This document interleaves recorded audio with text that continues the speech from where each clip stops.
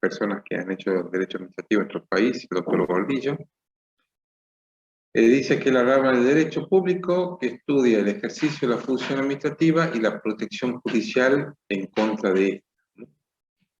Primero que hay que destacar que es una rama del derecho público y como estudia la administración, entonces un derecho esencialmente local, que puede ser nacional o provincial y aún municipal también. O sea, depende de qué administración pública estemos estudiando.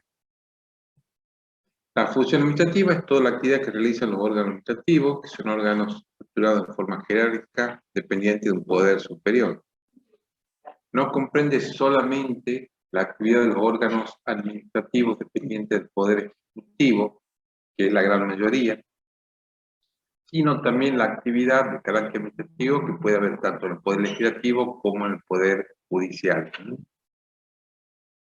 Por eso hemos elaborado este gráfico, donde ustedes ven que la función administrativa está principalmente en el poder ejecutivo, por eso la flecha gorda del poder ejecutivo hacia la función administrativa, pero también la pueden encontrar en el poder legislativo, que no tiene solamente función legislativa, y en el poder judicial, que no tiene solamente función jurisdiccional. Se afecta, por ejemplo, si la Corte Suprema de Justicia realiza una licitación para comprar, por ejemplo, automotores para el servicio del Poder Judicial, en ese caso no está ejerciendo un poder jurisdiccional, sino una función administrativa.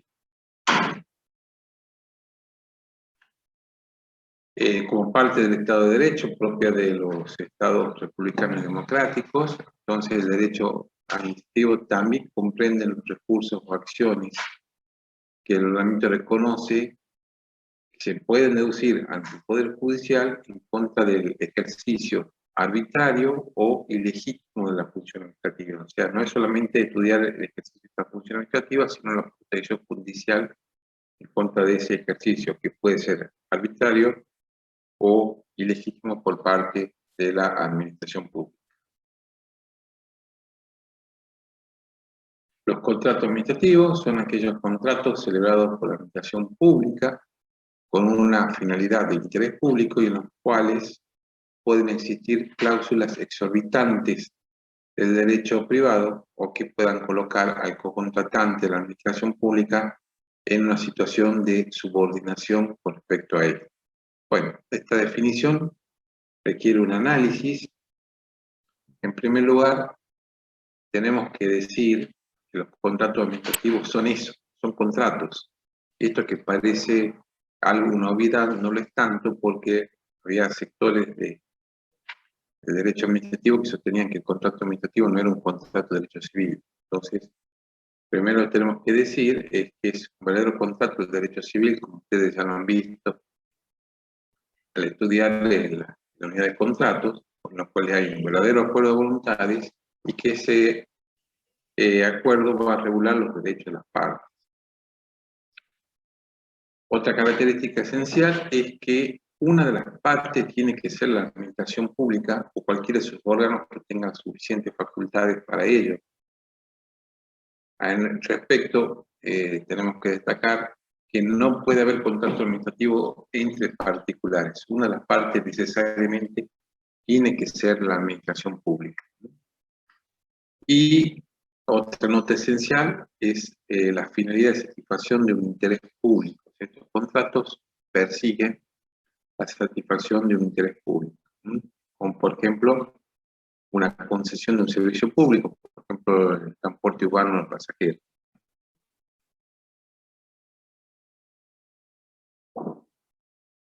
Un elemento que existe normalmente, habitualmente en los contratos administrativos, pero no es esencial, o sea, puede no estar, es la existencia de las denominadas cláusulas de derecho público o cláusulas exorbitantes del derecho privado.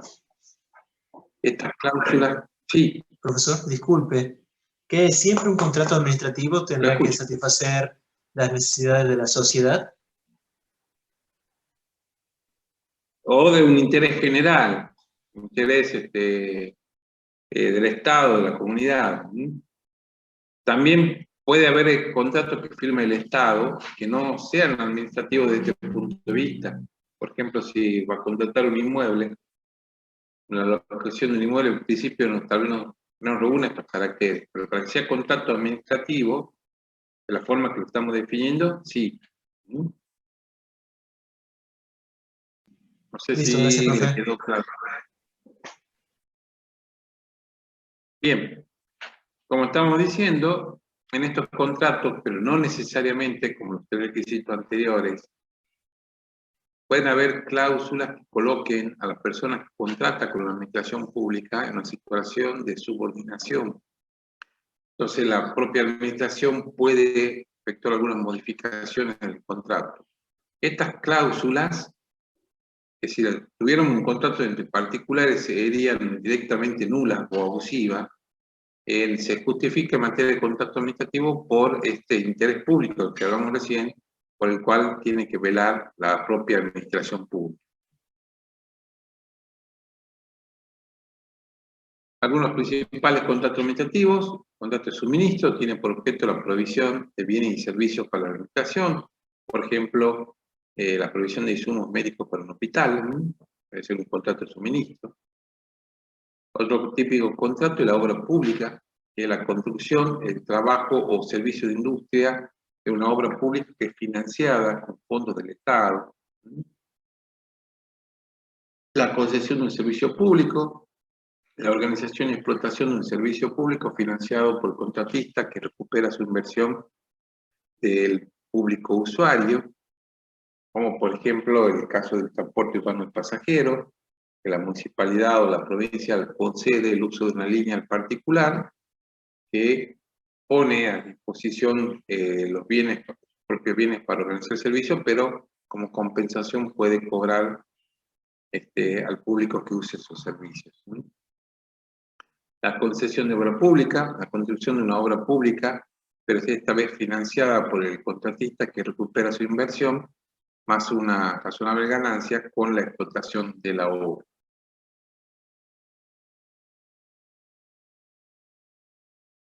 Es tan importante como el estudio de los propios contratos administrativos está el procedimiento de contratación. Y esto es importante porque se le exige a la administración pública la transparencia en las contrataciones. Recuerden ustedes que la administración es la que administra los fondos de todos, los fondos del Estado.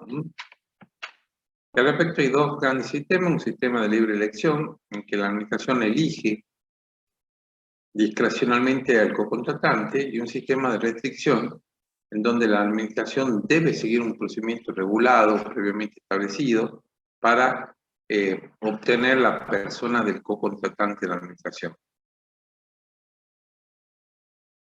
La licitación es uno de los principales sistemas de restricción y es un procedimiento automático de selección del contratante sobre la base de elegir a quienes quienes ofrecen, mejor dicho, las condiciones más ventajosas para la administración pública, en especial respecto del precio.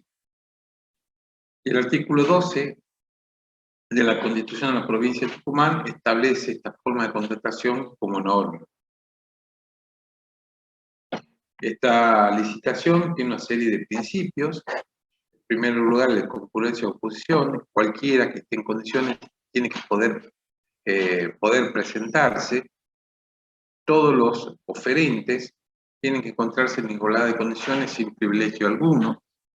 Y tan importante como lo anterior es la publicidad. El procedimiento debe ser público y otorgarse la publicidad suficiente o adecuada para garantizar precisamente esa concurrencia. Dentro de la licitación tenemos la licitación pública, en la cual es el proceso licitatorio en el cual no se encuentra limitado el número de oferentes, y cualquiera que considere encontrarse en condiciones puede presentarse. Esta licitación pública suele ser impuesta como el procedimiento obligatorio por las leyes administrativas. Las etapas de la licitación. La primera etapa es la preparación y aprobación del pliego. Lo primero que tiene que hacer la administración es preparar las bases y condiciones de la futura contratación, la cual es importante porque ahí, sobre esa base, el oferente puede presentar su propuesta. Después, una vez aprobado el pliego, se llama a la licitación con la adecuada publicidad, hay un plazo para la presentación de las ofertas, se procede a la apertura de las ofertas, y después la licitación pública elige la mejor oferta, sobre todo por el criterio del mejor precio, ¿no? Puede haber impugnaciones, habiendo impugnaciones se puede, y resuelta la misma, ya vamos a la adjudicación, ¿no? La selección del contratante en la licitación pública, y después ya tenemos ya el perfeccionamiento del contrato administrativo con el adjudicatario. Otro sistema, licitación privada, el número de oferentes se encuentra restringido, solamente pueden presentarse aquellos que son invitados por la licitación. La licitación restringida solamente pueden presentarse aquellos que reúnan determinadas condiciones especiales, determinadas de antemano por la administración. La contratación directa, la administración contrata directamente con la persona que ha elegido discrecionalmente, en los casos que la ley autoriza, especialmente las contrataciones de bajo monto.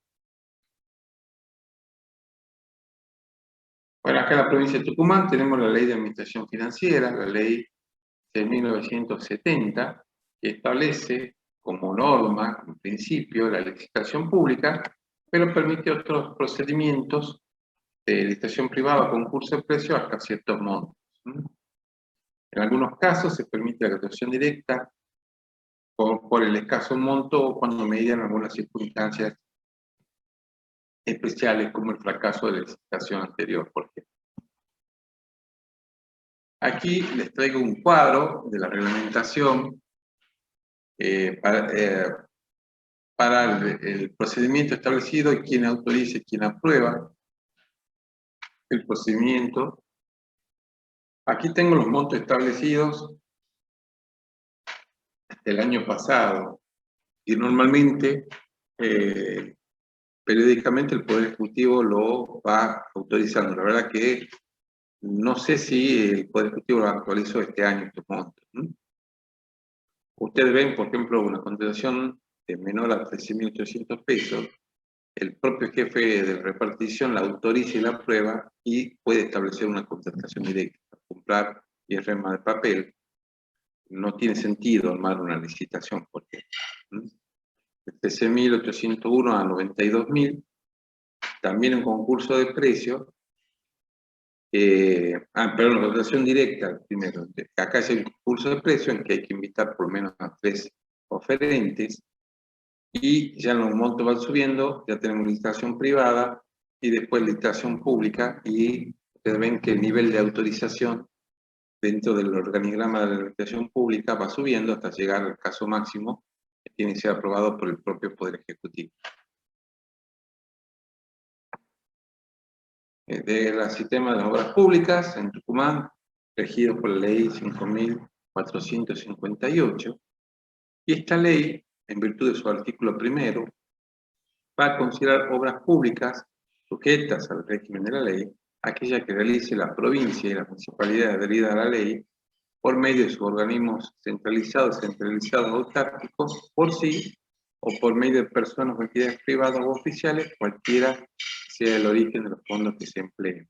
Y acá la ley prevé que se pueden hacer por las obras por administración, o sea que sea los propios órganos de la administración pública que realicen la obra, por ejemplo por la Dirección de Obras Públicas, o se puede hacer por medio de contratación, o sea, elegimos una persona que va a realizar la obra, o también combinando otros sistemas.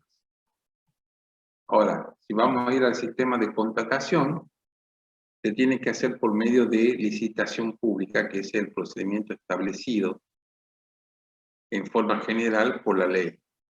No obstante, en algunos casos se pueden prescindir del procedimiento y acudir a la licitación privada, concurso de precios o antecedente, contratación directa en los casos de excepción que prevé la ley.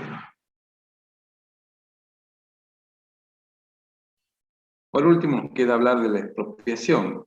Ustedes saben que la Constitución Nacional protege la propiedad privada, ¿no?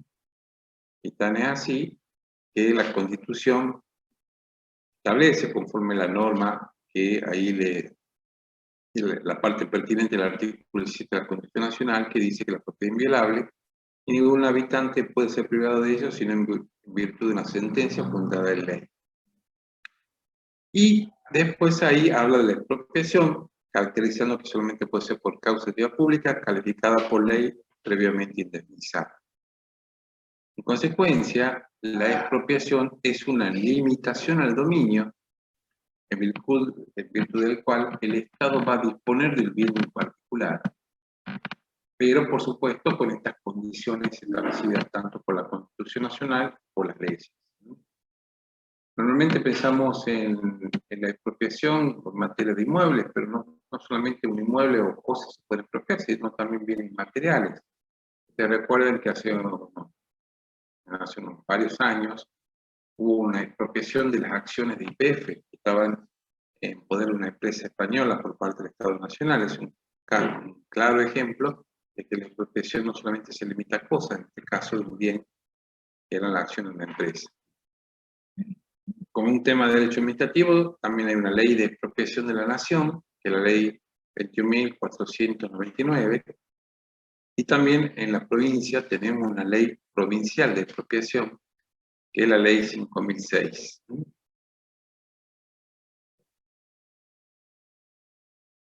El primer requisito importante de la expropiación es que solamente puede ser dispuesta por ley. La declara el Poder Legislativo, ya sea a nivel nacional, el Congreso de la Nación, o a nivel provincial, la legislatura de la provincia. No solamente eso, sino que además tiene que ser por causa de utilidad pública, o sea, la satisfacción de un bien común, de la naturaleza interior o espiritual, y lo que es importante, la persona sufre la expropiación del expropiado, no puede discutir esta causa. O sea, si el Estado, por medio del Poder Legislativo, dispone la expropiación del bien y califica la utilidad pública, esto ya no lo puede discutir el particular. También, acá lo que establece es que la indemnización debe ser previa y justamente indemnizada. Lo que hace el Estado normalmente tiene una comisión de tasaciones, que es la que fija el precio del bien, y pone ese monto a disposición del particular expropiado. Esta indemnización, según dispone la ley, comprende el valor del objeto y el daño o perjuicio directo que ocasiona la previsión del bien, pero no se indemnizan ni valores efectivos ni ganancias hipotéticas. Lo que normalmente ocurre es que el particular está en desacuerdo por el monto que le ofrece el Estado, y en ese caso puede recurrirlo judicialmente para que sea en definitiva el Poder Judicial el que determine el valor del bien expropiado. Bueno, estos son una breve síntesis de los principales temas de derecho administrativo. Por las dudas paso nuevamente la contraseña de la asistencia. ¿Algunas dudas, algunas inquietudes?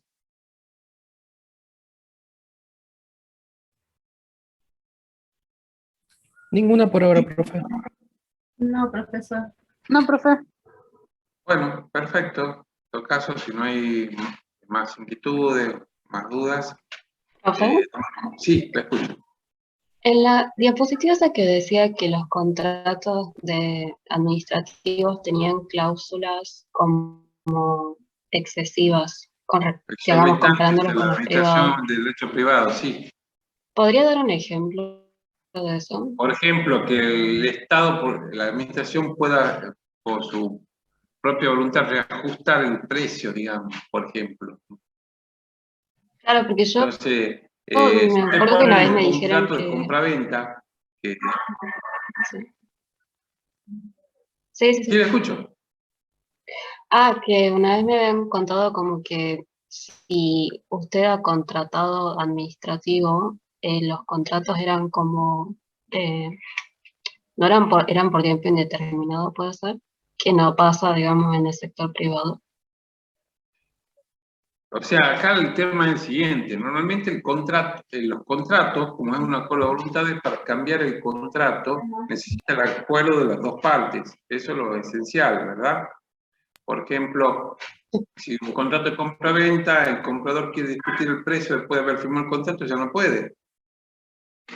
Salvo los casos excepcionales que se lo permita la ley, pero por su propia voluntad no puede. Pero, por ejemplo, pongamos el ejemplo de los contratos de la concesión del transporte público. Por ejemplo, la Municipalidad de San Miguel de Tucumán concesiona diferentes líneas que funcionan dentro de la ciudad. Y a su vez es la propia administración la que fija el precio del boleto urbano. O sea, no lo puede discutir el concesionario, el precio que le fija la municipalidad, no puede decir poco, mucho.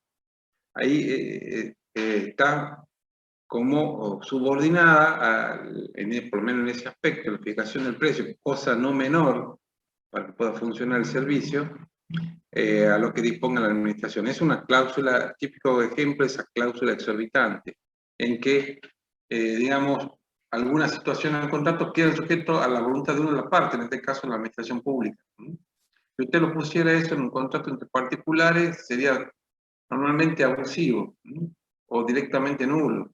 Pero en los contratos administrativos se puede, porque la administración pública es la que vela, o debería velar por ese interés público. No sé si fui claro. Sí, sí, sí, ahí se entiende. Perfecto. Gracias. Bien, ¿algunas otras dudas, algunas otras inquietudes? Profe, Sí. en el caso que, como se dice por ahí cotidianamente, que en la administración pública hay muchos contratados, o sea que prestan servicio en alguna repartición pública. Una de las partes es la administración pública, por lo que cumpliría la condición de ser un contrato administrativo, pero al mismo tiempo un contrato de servicio, porque la persona... Claro, pero es un contrato de empleo público, ¿no? ¿Cómo? Ahí estamos, no me he metido en ese tema, pero es contrato de empleo público, y cuando veamos el derecho del trabajo, van a dar cuenta que una de las excepciones a la ley de contrato de trabajo es precisamente el empleo público. Eso se rigen por las leyes de empleo público. Pero sí hay un contrato administrativo también, pero muy parecido al contrato de trabajo. No sé si apuntaba usted para ahí.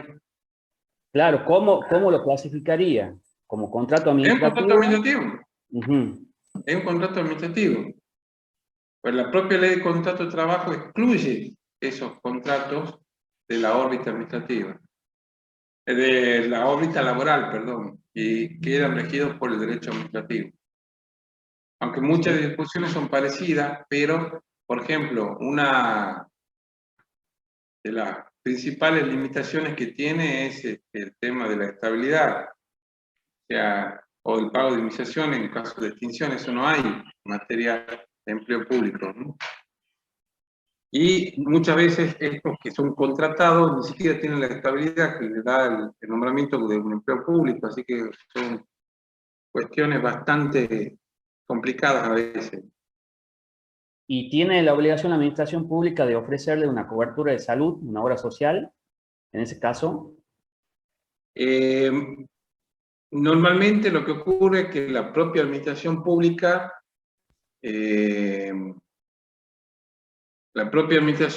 suele dar la cobertura. En el caso de la provincia de Tucumán, tenemos el Instituto de Previsión y Seguridad Social, que da la cobertura.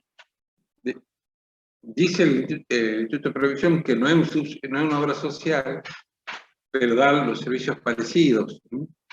Claro.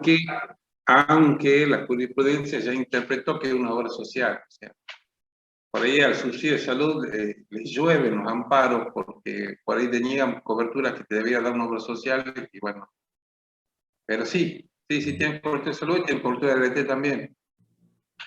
Aunque sea contratado y no tenga estabilidad. Contratado, no. Ah. Bien. Aunque lo que suele hacer la administración pública y los contratos, le suelen descontar un monto para el subsidio de salud.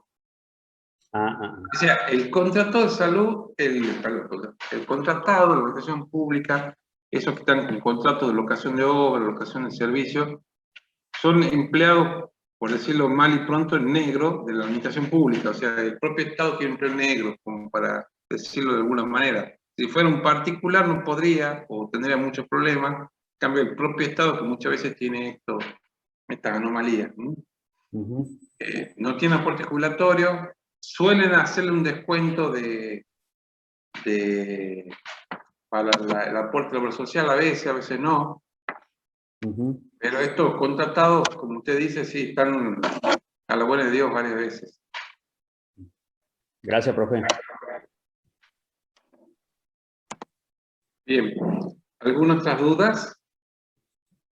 Bueno, acá me están preguntando la fecha, el próximo control de lectura del parcial. Bueno, ya voy a ajustar bien el cronograma para ir el próximo jueves, es feriado por el fallecimiento de Güemes. Entonces tener que hacer para la semana siguiente el control de lectura número 5. Pero ya le voy a fijar bien las fechas. Profe, disculpe, creo que lo trasladaron para el lunes 21. No, ese es el 20 de junio de Belgrano. Este es un nuevo feriado hace 2 o 3 años, el de Güemes. Ah, bien. Pero ya me voy a fijar bien, pero tengo entendido, o sea, los 2 días son feriados, 17 y 20, pero el 20 de junio lo suelen trasladar. Pero en este caso ha pasado el 20 de junio, que es domingo, y el feriado es trasladado el día lunes 21. Gracias, profe. Claro, en mi celular figura como Güemes el 21. ¿Jueves 21?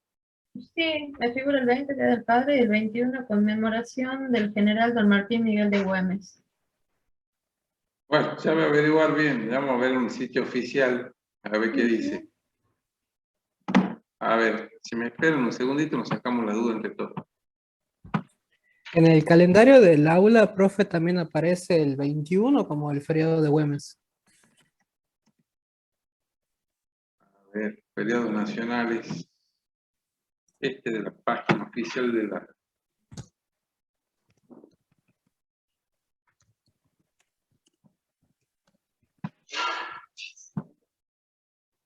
A ver. Ah, sí. Entonces, parece que el 17 pasa al 21. Y el 20 no está inamovible, ¿no? Eso me figura a mí en... Esta es la página de la... En la página de argentina.gov.ar. Me figura el 20, que es domingo, y el 21, que es el feriado de Güemes, sí. Parece que es así. El 17, bueno, si es así, tendríamos el control de lectura número, sería el número 5 el próximo jueves. Ya se lo voy a anunciar bien. Ya voy a poner mañana, termino de confirmar el tema del feriado y sería así en principio. ¿Qué unidades entrarían, profe? Sería la unidad número 10 y 11.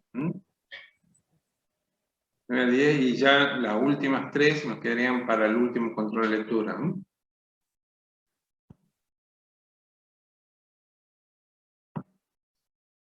Bien, bueno, ¿algunas otras dudas?